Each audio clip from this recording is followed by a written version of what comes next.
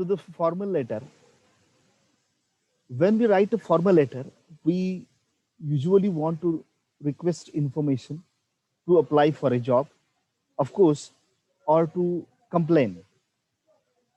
So look at the topics below, then study the plan and read the model. So why we generally write a formal letter? Because seek for we seek for information.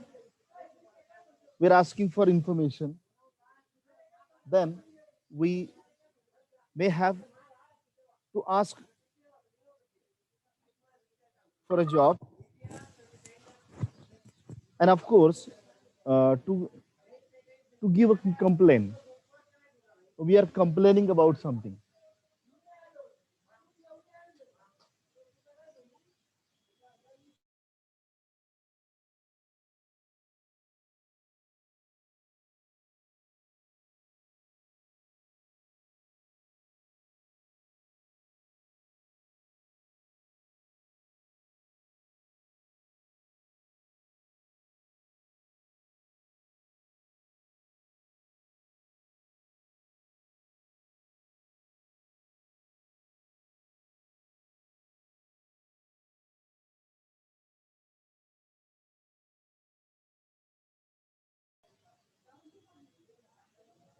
Hello. Then we look for its format.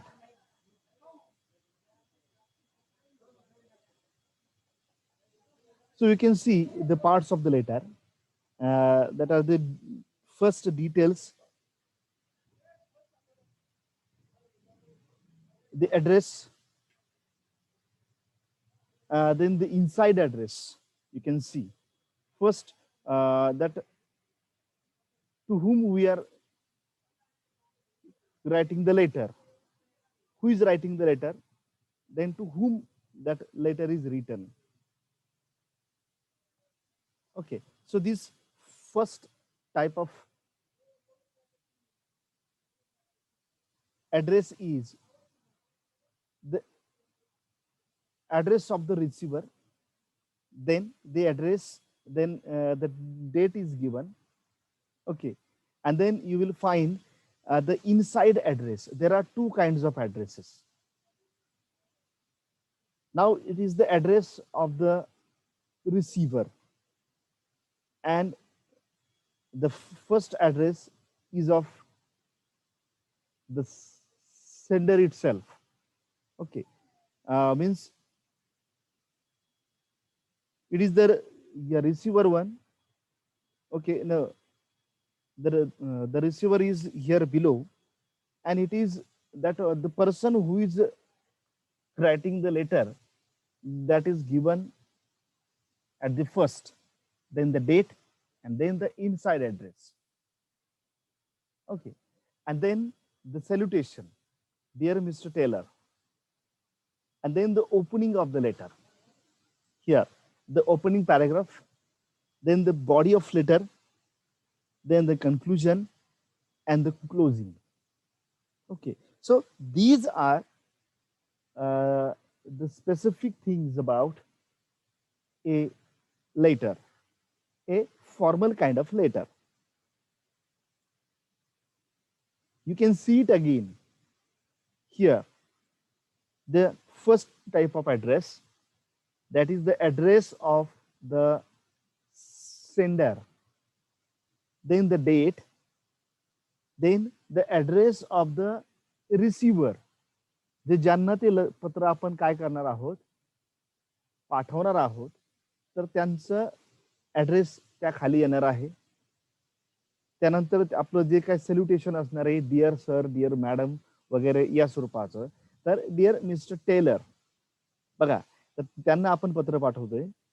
And the opening of the letter is, as our new letterhead indicates, we have recently changed the name of our business from Fort Vancouver Manufacturing to Vancouver Manufacturing. तर त्यांच्या नावात बदल झालेला आहे, म्हणून त्या ठिकाणी तसं त्यांनी बदल केलेला आहे.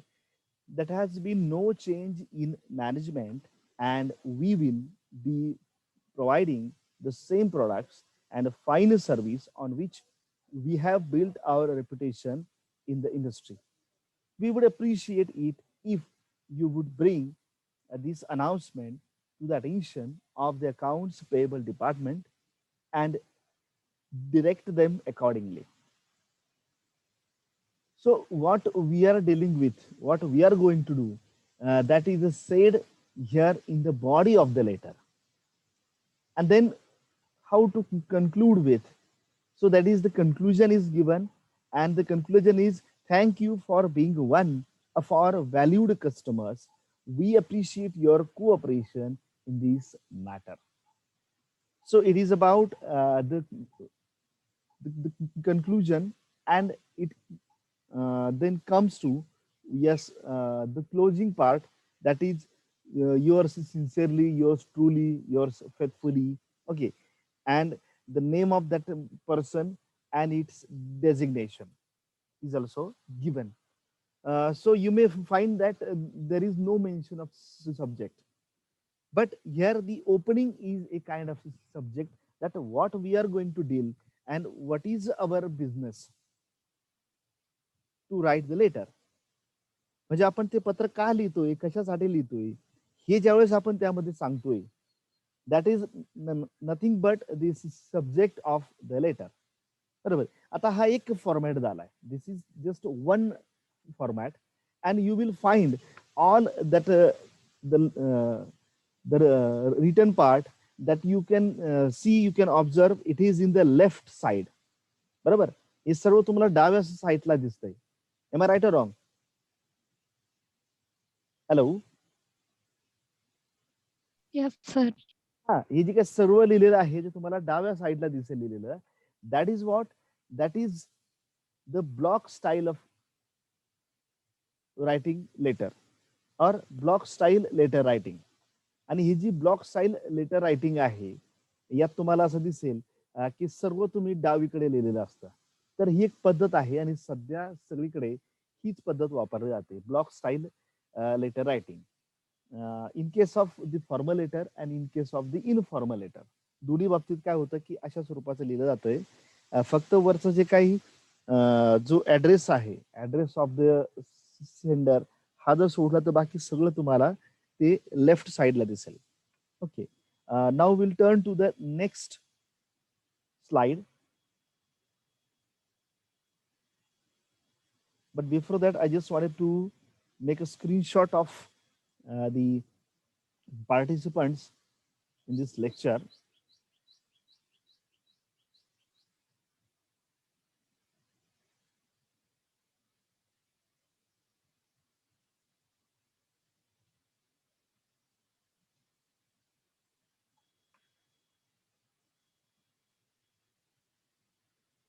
So in the next slide, you will find that the things in the detail that I have told you.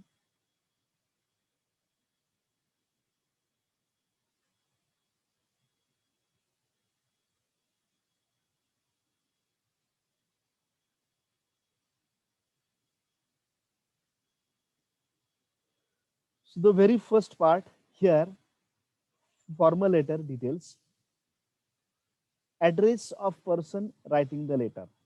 बघा, तुम्हाला पहिल्यांदा जो ऍड्रेस त्या ठिकाणी दिसतोय, तो ऍड्रेस म्हणजे जो हे पत्र लिहितोय त्या व्यक्तीचा ऍड्रेस त्या ठिकाणी असणार आहे, ते कंपनीचा असणार आहे किंवा त्या पर्सनली व्यक्तीचा असणार आहे. Then the date part. Okay, then name and address of the person of business being written to. ज्यांना उद्देशून ते पत्र लिहिलं आहे त्या व्यक्तीचं नाव, त्यांचा पत्ता आणि इतर डिटेल्स. बघा, and then it comes with the greetings. So dear Mr. Taylor, yeah. आता जे आपण सॅल्युटेशन्स वगैरे आपण देतो किंवा जे ग्रीटिंग असतात त्याच्या संदर्भात काही माहिती आपल्या खाली दिसते. फर्स्ट, डिअर सर और madam, if you do not know the name of the person you are writing to, use this. It is always advisable to try to find out a name.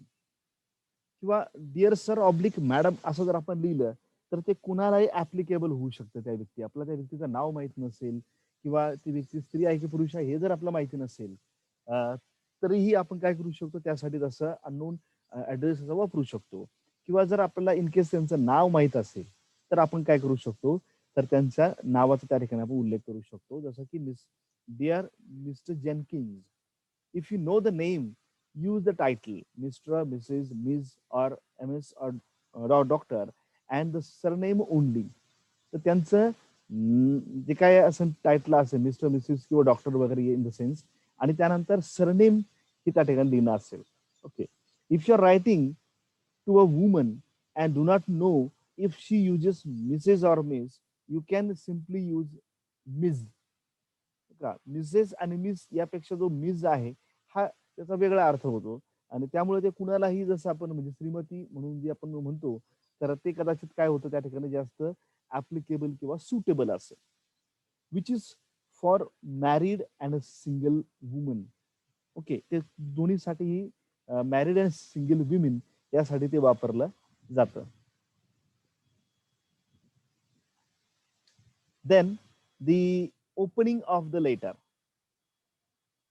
Okay, about the opening of the letter, you can see that the clear reason of writing. म्हणजे जी opening आहे that is nothing but the subject of the letter. आता जो subject काय आहे तर त्याच्यातून आपल्याला क्लिअरली कळलं पाहिजे की what is our business, why we are writing this letter. आपण हे पत्र का लिहितोय आणि कशासाठी लिहितोय, आपण कोणत्या कारणास्तव लिहितोय, तर हे त्याच्यामध्ये इंडिकेट झालं आहे, इंडिकेट झालं पाहिजे. As our new letter head indicates, म्हणजे त्यांचं न्यू लेटर हेडवर त्यांचं जे बिझनेस ग्रुप आहे त्याचं नाव बदललेलं आहे असा त्यांचा तो सब्जेक्ट आहे. We have recently change the name of our business from fort Vancor manufacturing to Vancor manufacturing, असं ते नावात बदल झालेला आहे त्यांच्या इंडस्ट्रीचा.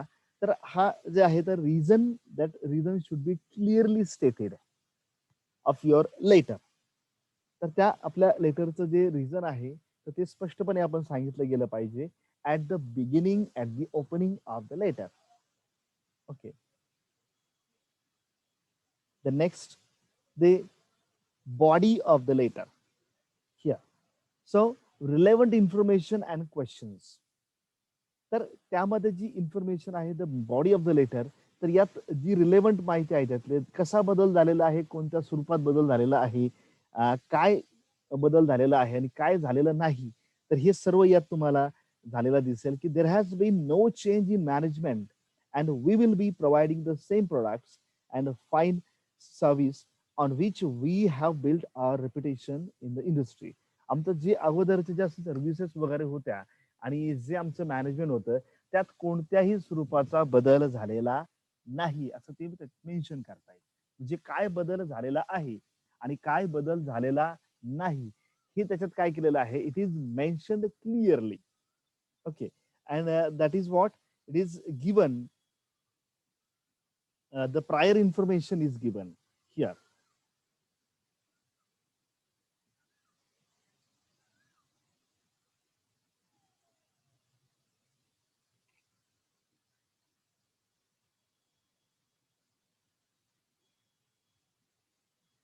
We would appreciate if you would bring this announcement to the attention of your accounts payable departments and direct them accordingly.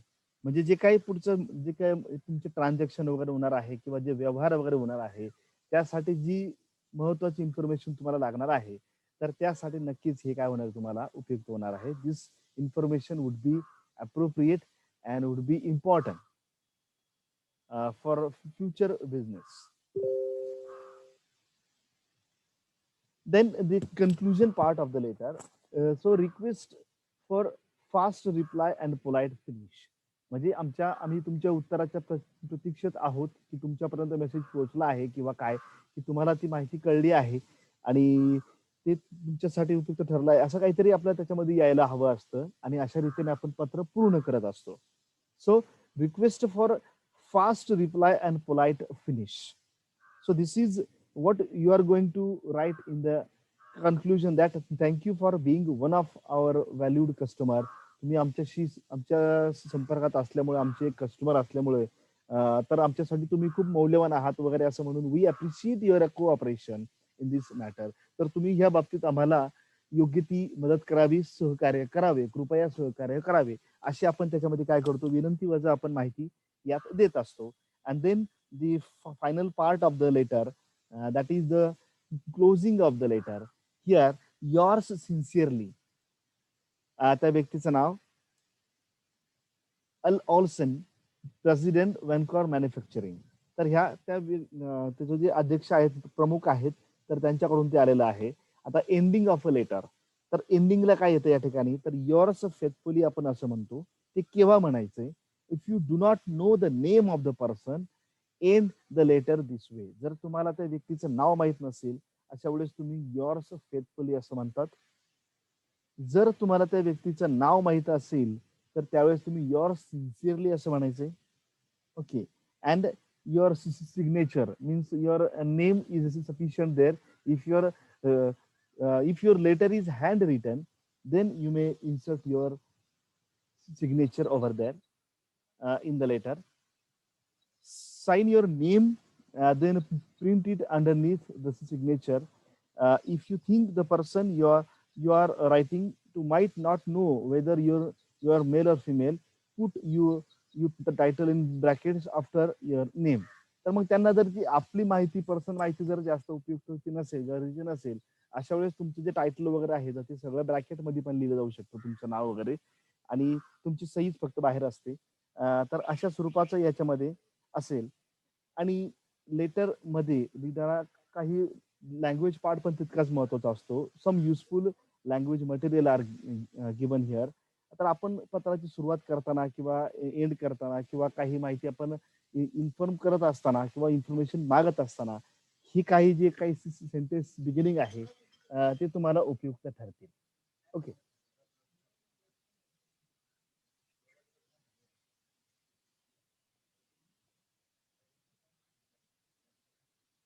So here you can see that I am writing in response.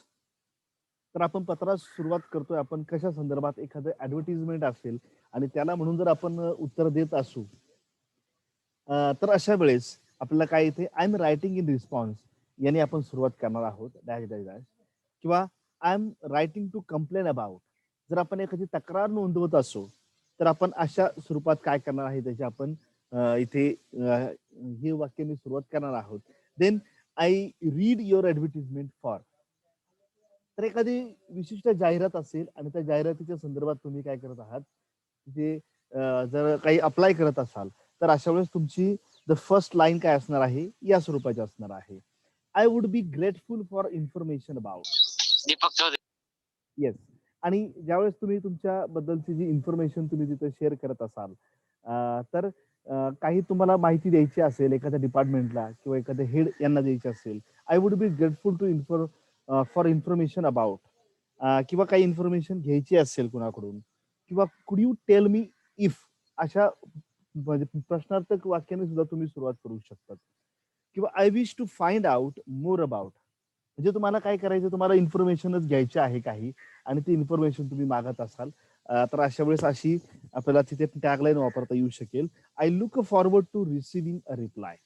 आता ही शेवटची line त्या ठिकाणी असणार आहे की तुमच्या उत्तराच्या प्रतीक्षेत आम्ही आहोत.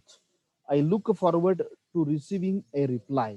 अशी आपल्याला या ठिकाणी काय करता येईल, काही सेंटेन्सेस, युजफुल सेंटेन्स आपण या ठिकाणी वापरू शकतो. तर बघा, एक छोटस प्रेझेंटेशन यामध्ये होतं. Then I have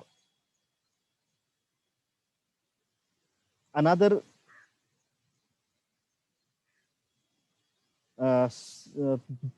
presentation to have some information regarding this formal and informal writing. आपल्याला कोणती लेटर हे फॉर्मल आहे आणि कोणतं इनफॉर्मल आहे याच्याबद्दल काही माहिती आपण आणखी स्पेसिफिक घेणार आहोत.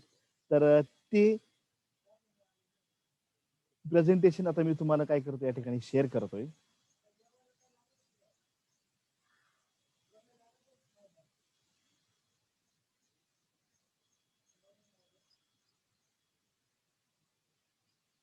So you can simply see it here. Is the screen visible now? Hello. Yes, sir.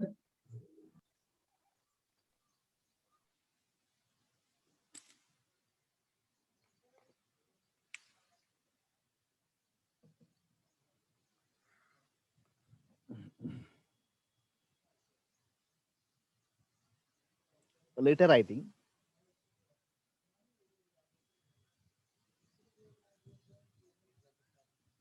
So when writing letters, decide if they are going to be formal or informal. आपण एखादं पत्र लिहायचंय आपल्याला, तर आपल्याला ते लेटर म्हणजे औपचारिक पत्र म्हणून लिहिणार आहात की अनौपचारिक पत्र म्हणून लिहिणार आहात, हे आपल्याला आधी डिसाईड करावं लागतं. आणि जर आपल्याला जर त्याचा पत्राचा विषय काय असणार आहे, पत्र कुणाला पाठवायचं आहे आणि कोणत्या बाबतीत पत्र पाठवायचं, यावरून ते लेटर फॉर्मल असेल की इनफॉर्मल असेल, हे आपल्याला काय करता येईल, त्याच्यातून डिसाईड करता येईल. ठीक आहे. So the next slide will see.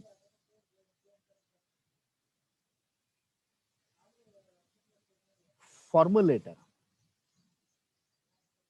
to people you don't know or to an organization such as a bank or the council. आपण एखादी समजा बँक असेल, पतपेढी असेल किंवा इतर ज्यांच्याशी आपण काहीतरी पत्राद्वारे आपण काहीतरी माहिती घेऊ इच्छितो किंवा माहिती कळवू इच्छितो, किंवा आपण आणखी काही एखादा आपण ऍप्लिकेशन करतोय, अर्ज करतोय, Rohan Chaudhari. that will come in the formal kind of writing.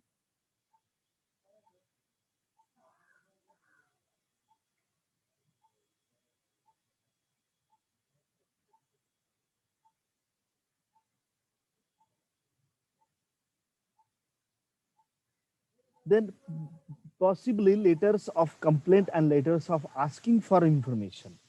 बघा, काही जे पत्र असतात ते खास करून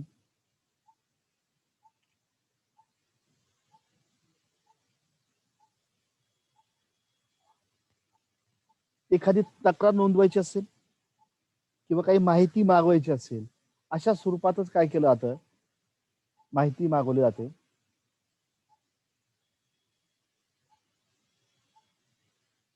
आणि इन्फॉर्मल टाईप मध्ये तर जसं की आपले ओळखीचे लोक असतात, आपल्या आजूबाजूचे आपले फ्रेंड्स वगैरे असतील, आपले मित्र वगैरे किंवा आपले नातेवाईक वगैरे, त्यांना आपण पत्र पाठवताना ती इनफॉर्मल टाईप असते. बघा, writing a formal letter. So one side of the paper only. तर हे एकाच बाजूने लिहिलं जातं पेपर. समजा पत्र 2-3 पानं जर असतील पत्राची, तर ते जे काय एकाच बाजूला लिहिलं जातं, बोथ साइडला ते लिहिलं जात नाही, हे लक्षात घ्या. So plan before you write and keep it simple. बरोबर, आपल्याला जे काय लिहायचं त्याचं अगोदर आपण प्लॅनिंग करावं लागेल आणि त्याच्यामध्ये अतिशय सिम्पल लँग्वेजचा वापर आपला करायला पाहिजे. द नेक्स्ट,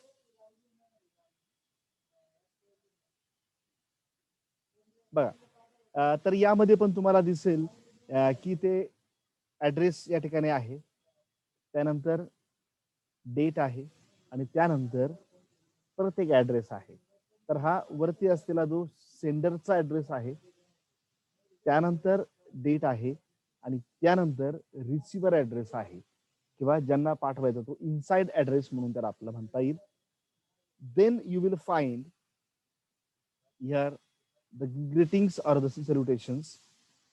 आणि आपल्याला जे लेटर मिळालं त्याच्याबद्दल आपण त्यांचे आभार व्यक्त करत आहोत.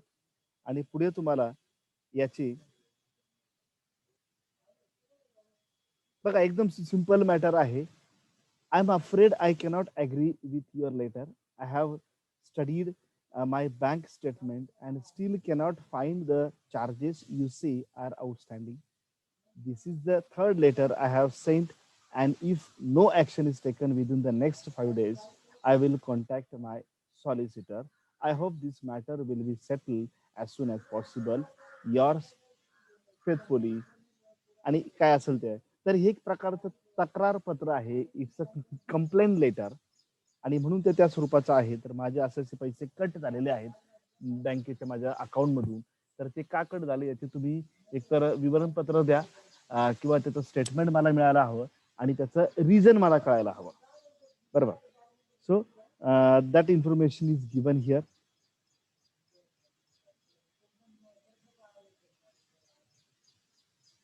बघा,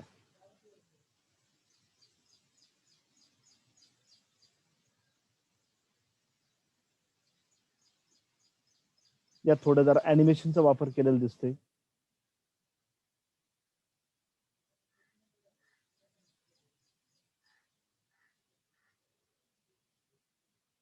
when writing formal letters, always तिथे no commas outside the main body of the letter.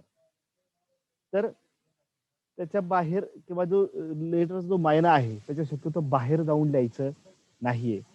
Then use short sentences and simple words. बघा, छोटी छोटी वाक्य लिहायची आणि त्या वाक्यामध्ये जे शब्द आहेत तेही साधे साधे सोपे सोपे शब्द असावेत. Use proper paragraphs. पॅराग्राफिंग व्यवस्थित केली पाहिजे आपल्याला. असं जसं की समजा आपलं बिगिनिंग असेल, बॉडी ऑफ लेटर असेल, कन्क्लुजन असेल आणि क्लोजिंग असेल, या स्वरूपाचे आपल्याला लेटरचं आपल्याला काय करता आलं पाहिजे, इथे योग्य प्रकारची अरेंजमेंट करता आली पाहिजे. And never use slang. म्हणजे जे अपभ्रंशी शब्द जे असतात किंवा बोली भाषेत जे शब्द असतात वगैरे तसे शक्यतो वापरले जाऊ नाही. त्यानंतर यूज ऑफ जार्गन. तर जे शब्द तुम्ही तुमच्या इनफॉर्मल प्रकारच्या कम्युनिकेशन मध्ये वापरतात असे शक्यतो शब्द वापरले जाऊ नाही. एखाद्याचं जर उपरोधिक प्रकारे आपण जर असं बोलत असू तसं शक्यतो अशा फॉर्मल लेटर मध्ये लिहिलं जाऊ नाही. बघा,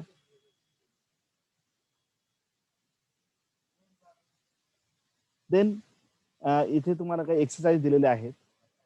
you bought a second hand car for 700 pounds. It had only been running for a week when the engine broke down. The garage says it will cost over 400 pounds to repair.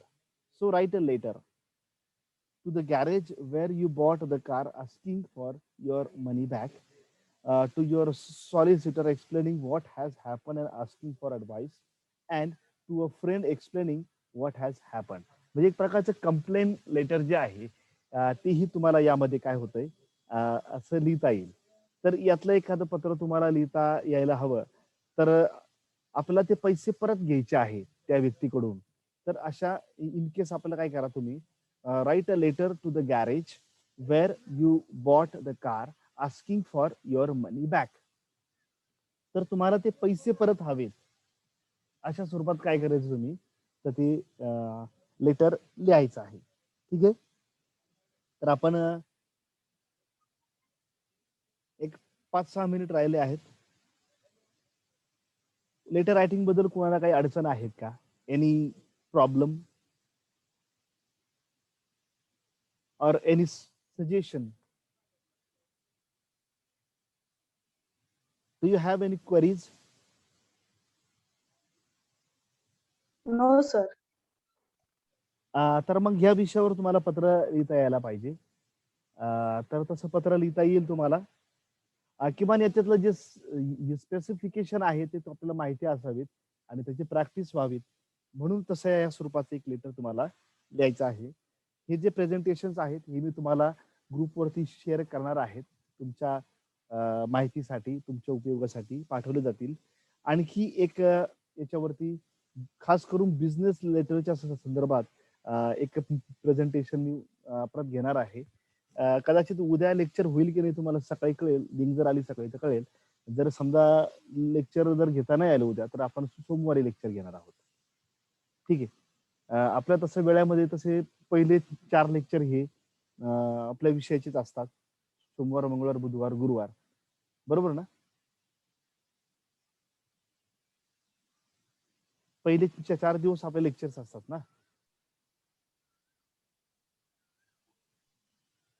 Yes or no? Yes, sir. हा, तर आपण मग त्यावेळेस ते lecture आपले होतील आणि त्याचे लिंक तुम्हाला दिल्या जातील.